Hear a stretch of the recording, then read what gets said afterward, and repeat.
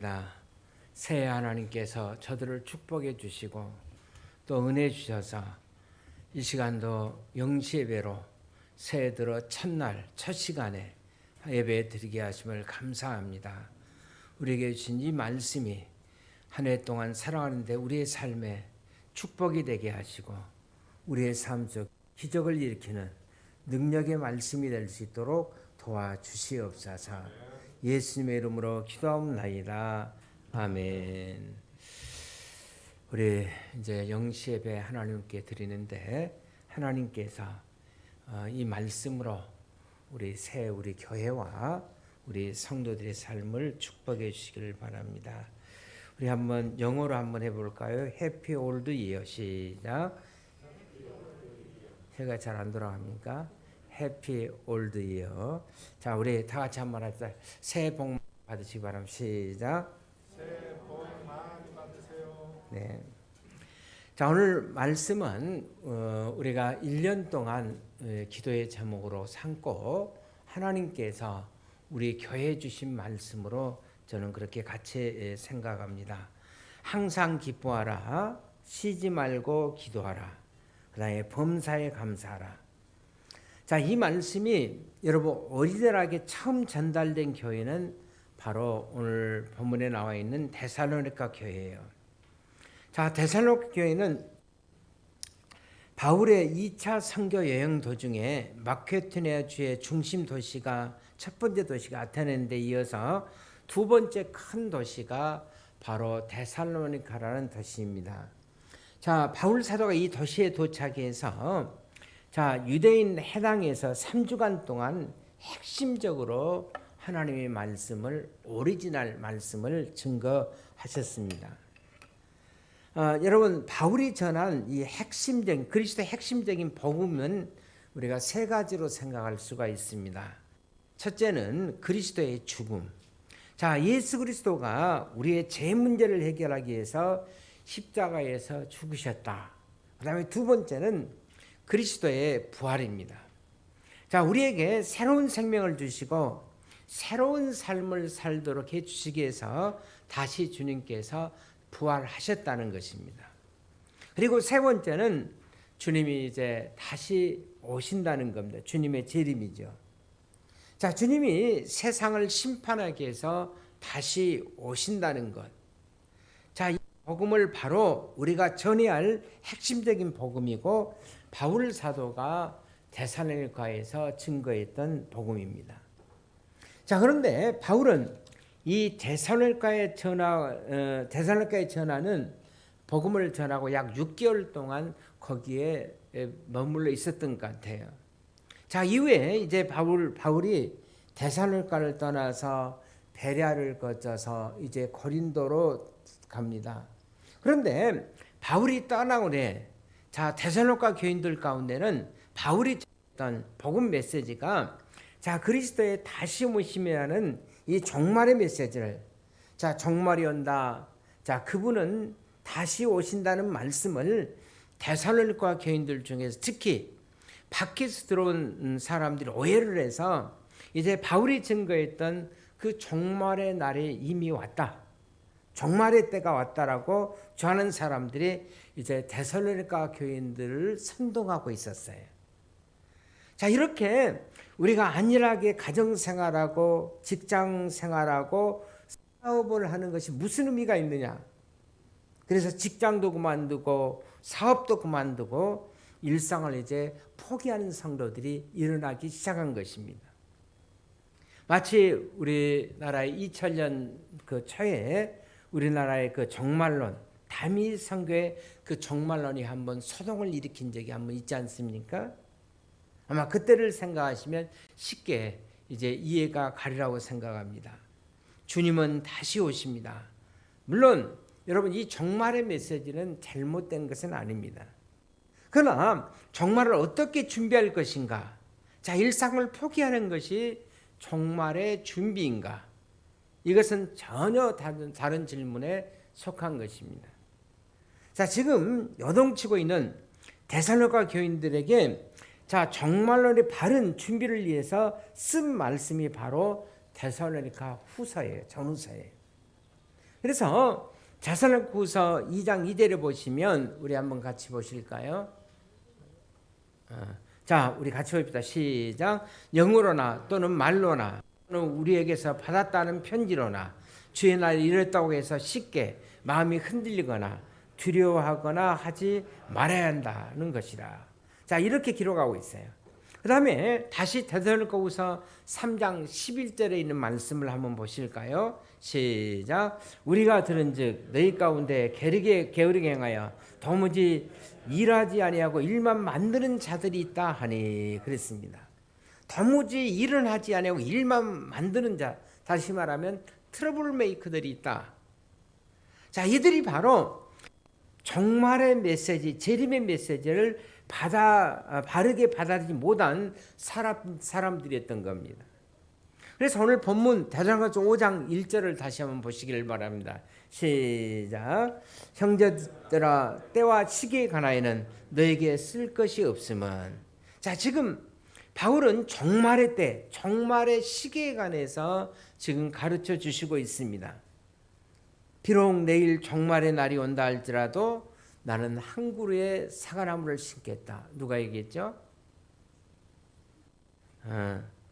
가만히 있으면 중간 가는데, 물론 스피노자가 얘기한 것, 철학자 스피노자가 얘기한 것으로 전해지고 있지만 사실은 이 말을 맨 처음 한 사람이 말틴 루터예요. 루터의 생각에 가면 그 앞에 사과나무가 하나 심겨져 있습니다. 비록 내일 세계에 종말이 올지라도 나는 한 그루의 사과나무를 심겠다. 바울의 말을 빌자면 내일 주기에 종말이 와도 우리가 계속해서 살아가야 할 일상이.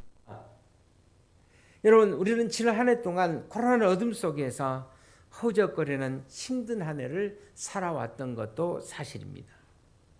그러나 이 코로나는 전염병에서 우리를 지키기 위해서 우리는 세 가지의 방역 지침, 우리는 그동안 익숙하게 우리 자신들에게 가르쳐 왔습니다. 자신을 지키기 위해서 우리가 세 가지를 해야만 했었죠. 첫째는 마스크를 썼습니다. 두 번째는 손 잘 씻기, 그 다음에 세 번째는 거리 두기. 그런데 지금 바울은 자, 우리가 종말의 때를 바르게 준비하기 위해서 종말의 때를 준비하는 일상, 그 일상 세 가지가 있는데 우리를 영적으로 지키기 위한 세 가지의 삶이 있다. 그것이 오늘 우리가 이제 1년 동안 지켜야 할 우리에게 주신 저는 말씀이라고 생각합니다. 첫째, 항상 기뻐하기. 그 다음에 두 번째는 뭐예요? 쉬지 말고 기도하라. 그 다음에 세 번째는 범사에 감사하라는 것입니다. 저는 이 말씀을 이제 우리 목장교회가 1년 동안 지키면서 이 말씀을 통해서 우리 교회를 축복하고 하나님께서 우리 성도들의 삶을 축복해 주시기를 주의 이름으로 축원을 드립니다. 첫 번째로 항상 기뻐하라는 거예요. 항상 기뻐하라. 여러분, 우리가 어떻게 항상 기뻐할 수가 있는가? 물론 우리가 좋은 일이 생기면 기뻐할 수 있습니다. 이것은 누구나 다 기뻐할 수가 있습니다. 그런데 오늘 성경 여기에는 항상이라는 단어가 나와요. 항상이 문제입니다. 우리가 어떻게 항상 기뻐할 수가 있는가? 기뻐할 수 없는 상황 속에서도 우리가 기뻐할 수가 있다는 얘기인가? 그런데 이 기쁨이야말로 주님이 우리에게 주신 가장 위대한 선물, 우리 그리스도인들, 우리 성도들이 붙잡아야 할 가장 가치의 선물이 바로 여러분 기쁨이라는 것입니다. 자, 우리가 이 땅을 살아가면 사람들은 누구나 다 행복을 추구합니다. 그런데 여러분, 행복이라는 단어는 사실 엄격히 말하면 기독교적인 단어는 아니에요. 우리가 행복이라는 말을 영어에서는 happiness라 이렇게 말합니다. 본래 이 단어는 happen이라는 본래 동사에서 나온 말인데 그것은 뭔가 우연히 일어난 어떤 사고, 우연한 어떤 행제, 우연히 뭔가 나에게 좋은 일이 생기는 것, 그것이 바로 해피니스, 행복이라는 말이에요. 사람들은 그것을 행복이라고 그렇게 착각합니다. 여러분, 행복은 우리가 추구하는 그런 가치관이 아니에요. 우리가 추구하는 가치관은 기쁨입니다. 기쁨, 행복은 비슷하면서도 전혀 심오한 기독적인 가치를 지닌 단어가 바로 여러분 행복이 아니라 기쁨이라는 단어예요. 여러분 이 기쁨이라는 것은 하나님과의 바른 관계를 통해서만이 우리에게 주어지는 거예요. 자, 우리가 일상을 살아가면서 어느 날 우리 모두가 다 예수님을 만났습니다. 예수님을 나의 구주와 주님으로 인격적으로 영접하고 그분을 만났어요. 자, 그렇게 예수님을 영접하고 만났을 때 여러분 우리에게 주어지는 가장 소중한 것이 뭡니까? 구원의 기쁨이에요. 제사를 받는 기쁨, 내가 하나님의 자녀가 된 기쁨, 나 같은 사람을 주님이 용서하시고 받아주셨다는 것, 주님의 자녀, 하나님의 자녀가 되게 주셨다는 놀라운 기쁨, 한 번도 경험해보지 못한 그런 기쁨이었습니다. 그때부터 이제 우리 모두는 다 기쁨의 사람이 됩니다. 그리고 하나님과 나 사이의 바른 관계가 유지되는 한 어떤 상황 속에서 우리는 이 기쁨을 잃어버리지 않을 수가 있어요. 우리가 바울 사도를 한번 생각해 보시죠. 바울이 로마의 감옥에 들어가서도 빌립보 교회 성도들에게 편지를 쓰면서 감옥에 있는 바울이 밖에 있는 빌립보 성도들에게 여러분 기뻐하십시오. 항상 기뻐하십시오. 내가 다시 말씀을 드립니다. 기뻐하십시오. 여러분 이 감옥 안에서도 빼앗아갈 수 없었던 이 기쁨, 이 놀라운 기쁨, 이것이 바로 하나님과의 관계 속에서 바울이 누렸던 하나님 주시는 최고의 선물이었던 것입니다. 그런데 여러분 하나님과 나 사이의 관계가 흔들리면 이 기쁨이 흔들릴 수가 있어요. 그래서 구약 시편 51편 12절에 보면 자, 하나님의 사람 다윗이 범죄했을 때 이런 참회의 기도를 드리지 않습니까? 주의 구원의 즐거움을 내게 회복시켜 주시고 그랬어요. 자원하는 심령을 주사 나를 붙드소서. 그러니까 구원에 범죄했더니 구원의 기쁨을 자신이 잃어버렸다는 그런 얘기 아닙니까? 이 구원의 즐거움을 영어의 성경에 봤더니 The joy of the salvation 이렇게 돼 있어요. 그러니까 구원의 기쁨이란 말이에요. 우리가 범죄한다고 해서 바로 여러분 그 기쁨이 바로 이루어져 버리는 것은 아닙니다. 구원이 이루어져 버리는 것은 아니에요. 그러나 기쁨은 우리에게서 어느 정도 여러분 사라져 잃어버릴 수가 있어요. 여러분 구원의 즐거움은 내가 그리스도인임에도 불구하고 나는 행복하지 못해요. 기쁨의 삶을 살지 못합니다. 그러나 여러분 하나님과 바른 관계가 회복이 되면 다시 기쁨이 회복이 되어지는 거예요. 그래서 우리가 요한복음 15장을 포도나무의 장이라고 말합니다. 예수님 말씀하기를 나는 포도나무요 너희는 가지라. 가지가 된 우리가 포도나무에 붙어 있을 때 맺은 자연스러운 결과적 열매. 여러분 그 열매 중에 가장 중요한 열매가 뭐냐면 기쁨의 열매라는 거예요. 그래서 요한복음 15장 우리 11절을 한번 같이 보실까요? 시작. 내가 이것을 너에게 이르면 내 기쁨이 너희 안에 있어 너희 기쁨을 충만하게 하리 함이라. 그렇기 때문에 하나님과 나 사이의 관계가 바르게 되어 있으면 우리는 항상 기뻐할 수가 있다는 거예요. 우리가 지난 한 주 동안 하나님과 나의 바른 관계 안에서 삶을 살아가는지 한번 돌아보시기를 바랍니다. 그리고 이제 새로운 한 해를 시작하면서 나는 하나님과의 바른 관계 속에서 이제 새로운 한 해를 출발할 수 있기를 주의 이름으로 축원을 드립니다. 두 번째로 우리가 기뻐하기 위해서는 쉬지 않고 기도하는 거예요. 여러분 기도하는 것은 문제가 아니에요. 우리가 당연히 그리스도라면 기도하셔야 되죠. 하다못해 우리는 식사할 때라도 하지 않습니까? 그러나 우리가 어떻게 쉬지 않고 기도할 수 있다는 말인가? 나는 쉬지 않고 기도한다는 것은 여러분 나와 주님과의 교제의 문제라고 생각합니다. 우리가 신앙생활에서 가장 중요한 첫 번째 관계가 뭐라고 그랬어요? 하나님과의 관계를 맺는 거예요. 두 번째로 중요한 것은 하나님과의 이제 교제를 하는 거. 이걸 우리가 펠로시ip이라고 그러는데 하나님과 교제하는 거예요. 여러분 사실 이 교제가 없으면 관계를 잃어버릴 수가 있습니다. 자, 이걸 생각해 보십시오. 여러분 부부 관계를 한번 생각해 보시길 바랍니다. 부부가 법적으로 함께 살아가는 것은 한 부부라는 관계가 유지될 수가 있기 때문입니다. 그런데 부부가 서로 친밀한 교제를 나누지 못하고 있다면 부부 관계가 의미가 없어지고 그냥 함께 그냥 한 공간에 머물러 있는 것에 불과해요. 부모와 자식 간의 관계도 마찬가지입니다. 자식이 뭐 잘못한다고 해서 내가 그 부모의 자녀라는 사실이 없어지진 않습니다. 그 관계는 법적인 관계 그대로 남아있어요. 그러나 부모하고의 친밀한 교제를 하지 않으면 나는 마치 부모의 자녀가 아닌 것처럼 그렇게 살아갈 수가 있는 거예요. 부모가 나를 향해 등을 돌릴 수도 있고요. 그래서 여러분 교제가 흔들리면 사실 관계조차도 흔들게 돼 있어요. 자, 우리가 교제 회복을 위해서 우리가 주님 앞에 엎드려야 할 가장 중요한 기도가 뭡니까? 무엇이 나와 주님 사이에 친밀한 교제를 흔들게 하고 있는가?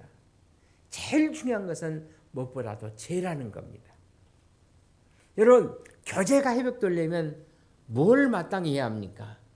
우리가 자주 암송하는 성경 구절 하나 있죠. 뭡니까? 요한일서 1장 9절의 말씀이에요. 우리 한번 같이 보실까요? 시작. 만일 우리가 우리 죄를 자백하면 그는 미쁘서 의로우사 우리 죄를 사하시며 우리를 모든 불의에서 깨끗하게 하실 것이요. 자백이에요. 여러분 자백하면 다시 교제가 회복되는 겁니다. 우리가 주님과 교제하고 있다는 가장 중요한 증거는 뭔가?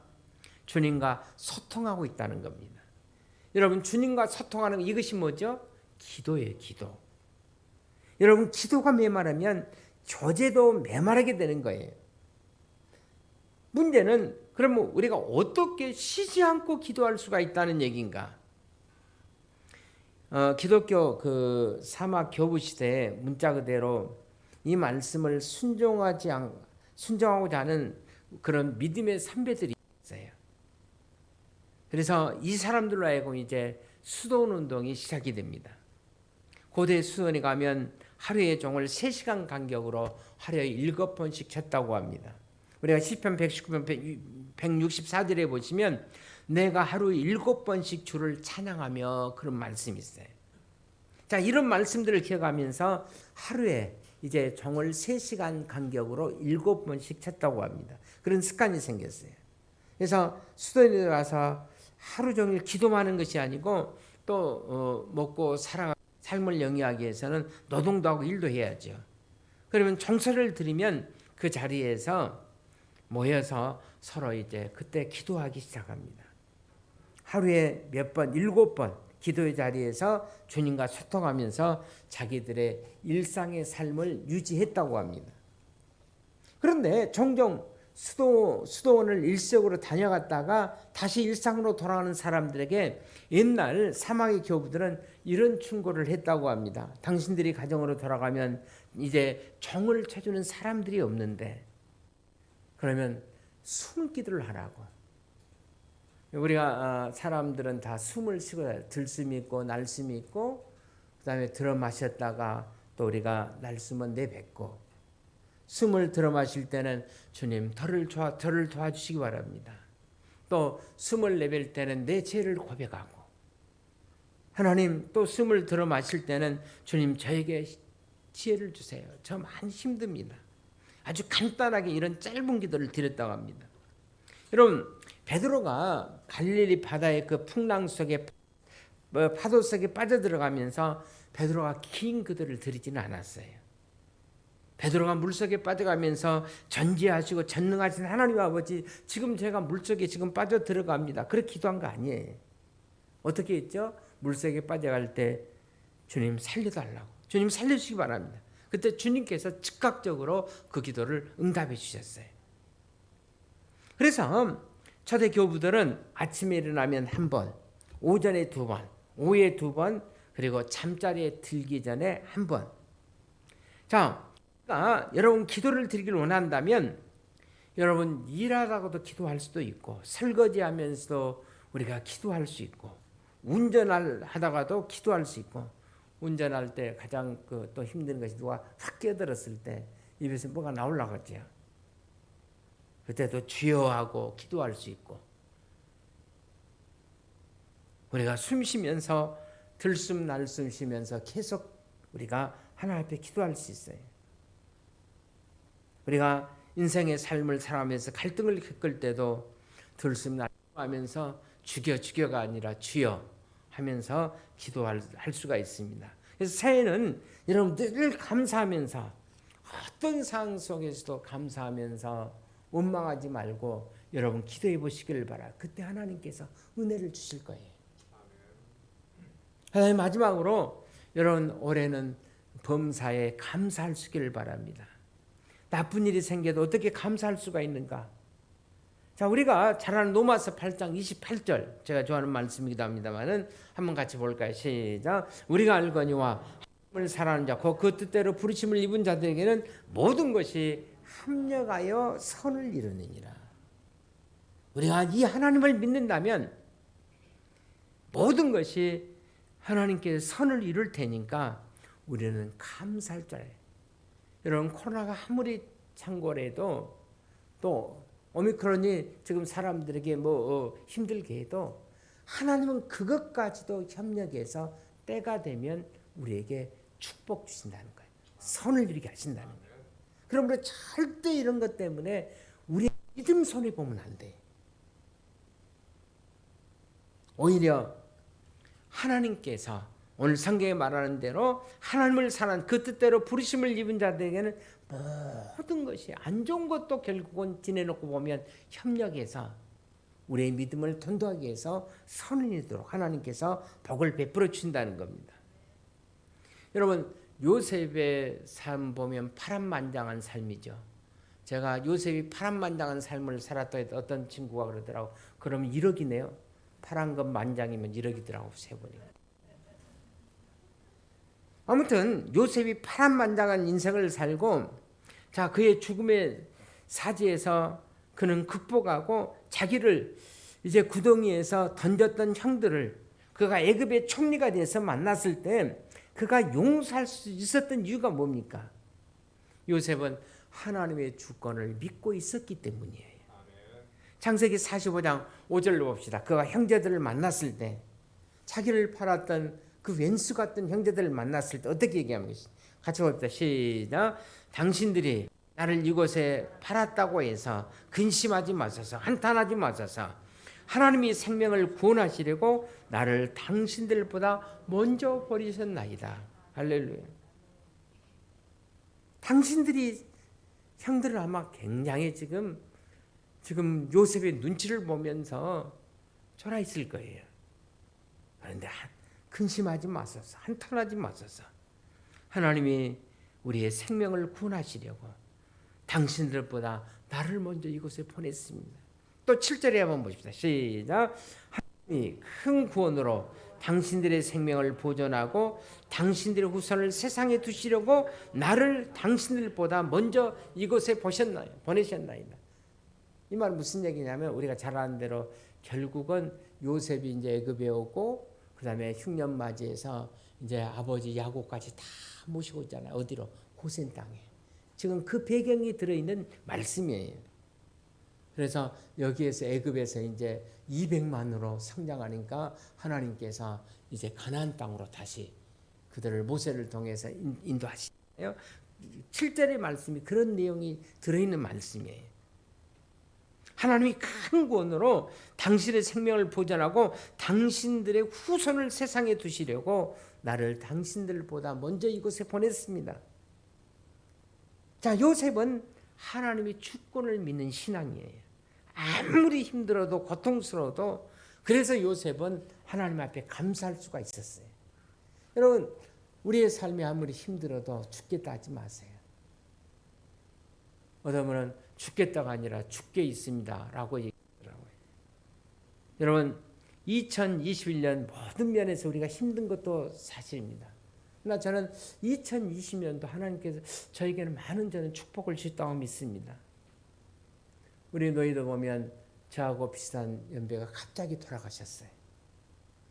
그런데 친구들이 죽어가는 그 상황 속에서도 저의 건강 지켜주신 감사했고, 또 총회나 너의 어려운 교회들이 많았는데 또 부족하지만 저를 통해서 저희들이 다시 힘을 얻도록 화해하고 중재하고 이런 일을 감당할 수 있도록 은혜를 주셔서 감사하고, 또 기독신문사라는 그 막중한 우리 총회 정말 핵심적인 그 신문사를 또 저보고 운영할 수 있도록, 그래서 맡겨주신 감사하고, 또 우리 총회 여러분 가면 이제 리모델링 공사가 정말 멋있게 시작이 될 겁니다. 제가 다 제가 설계한 것이 아니라 신문 공본에서 다 설계사 받아서 우리가 도면까지 다 받았어요. 그리고 이제 한 달 있다가 이제 시공사만 선정하면 됩니다.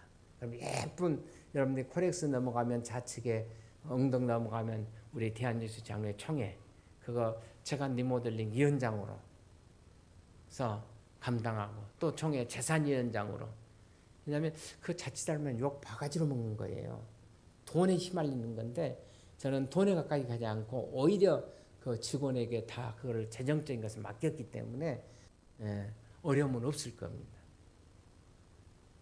그래서 아마 저에게 맡겨준 것 같아. 그래서 코로나 때문에 힘든 가운데도 정말 하나님께서 저를 많이 축복해 주셨다 믿고 저는 감사했습니다. 우리가 전남 그 여수에 가면 우리 교회도 그 탐방할 때 한번 가봤죠. 어디가 있죠? 애양원이라는 것이 있어요. 소록도가 생기기 전에 손양원 목사님이 그 한센스병의 그 한우들을 돌먹던 장소입니다.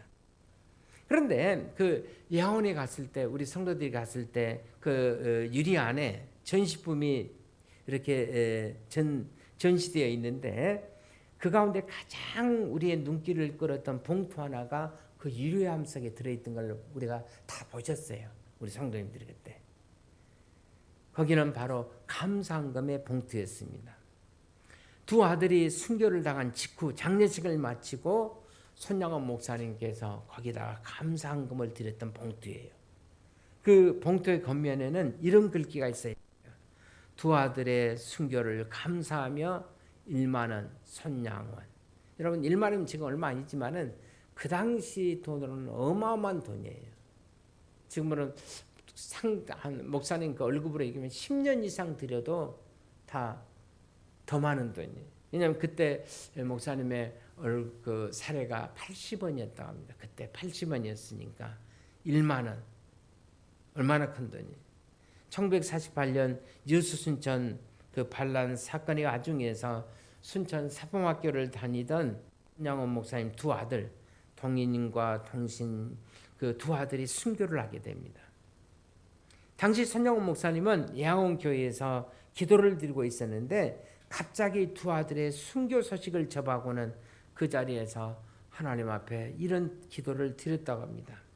하나님이 뜻이 계셔서 제 아들을 불러가신 것을 감사합니다. 하나님, 제 두 아들을 죽인 사람, 그들의 생명도 하나님께서 보존시켜 주세요.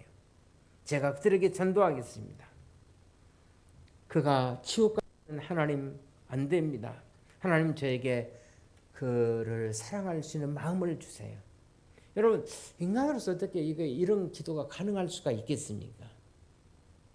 만약 이 사건이 우리에게 닥친 현실이라면 여러분, 우리가 어떻게 그런 기도를 드릴 수가 있겠습니까? 도저히 목사님의 그 마음의 필요를 우리로서는 아마 가늠할 수조차도 없었을 겁니다. 우리의 마음은 아마 두 아들을 그렇게 처참하게 죽창에 찔려서 죽었다는 보고를 받으면 아마 창갈래 찢었을 겁니다. 그런데 천장원 목사님은 장례식장에서 이렇게 인사말을 했습니다. 제가 이 시간 무슨 답사를 하고 무슨 인사를 하겠습니까마는 그래도 하나님 앞에 감사하는 마음이 있어서 몇 말씀 드립니다. 첫째, 나 같은 죄인의 혈통에서 순교의 자식들이 나오게 하시니 하나님 너무 감사합니다. 둘째, 허다 많은 성들 중에 어찌 이런 보배들을 주께서 하필이면 내게 맡겨주셔서 순교하게 하셨는지 감사합니다. 셋째, 삼남 삼녀 중에 가장 아름다운 두 아들 장자와 차자를 하나님 앞에 바치게 되는 축복을 주시니 하나님 감사합니다. 넷째, 한 아들이 순교도 귀하다고 하는데 하물며 두 아들을 순교시켜 주셨으니 하나님 감사합니다. 다섯째, 예수 믿다가 늙어 죽는 것도 큰 복이라고 하거늘 하물며 전도하다가 이제 순교당하니 하나님 너무 감사합니다.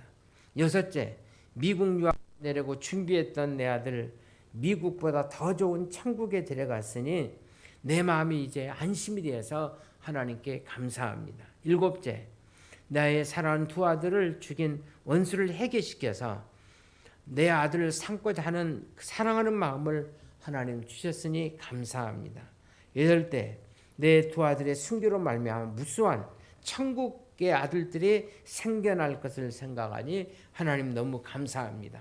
아홉째, 이 같은 역경 중에서도 이상 8가지 진리와 하나님의 사랑을 기쁜 마음, 여유 있는 마음을 주신 우리 하나님께 감사를 드립니다.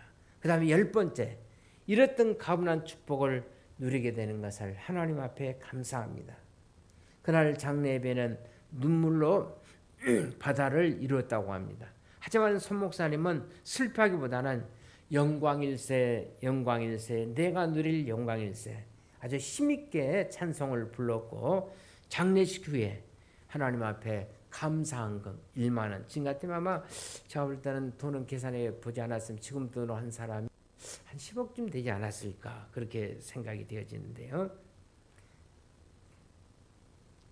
그리고 자기 아들을 죽였던 두 아들을 죽인 그를 이제 양자로 삼아서 원래 안제선이었는데 그 이름을 선제선으로 새 이름으로 바꿔 주어서 나중에 목회자로 키워 이제 목사가 되게 만듭니다.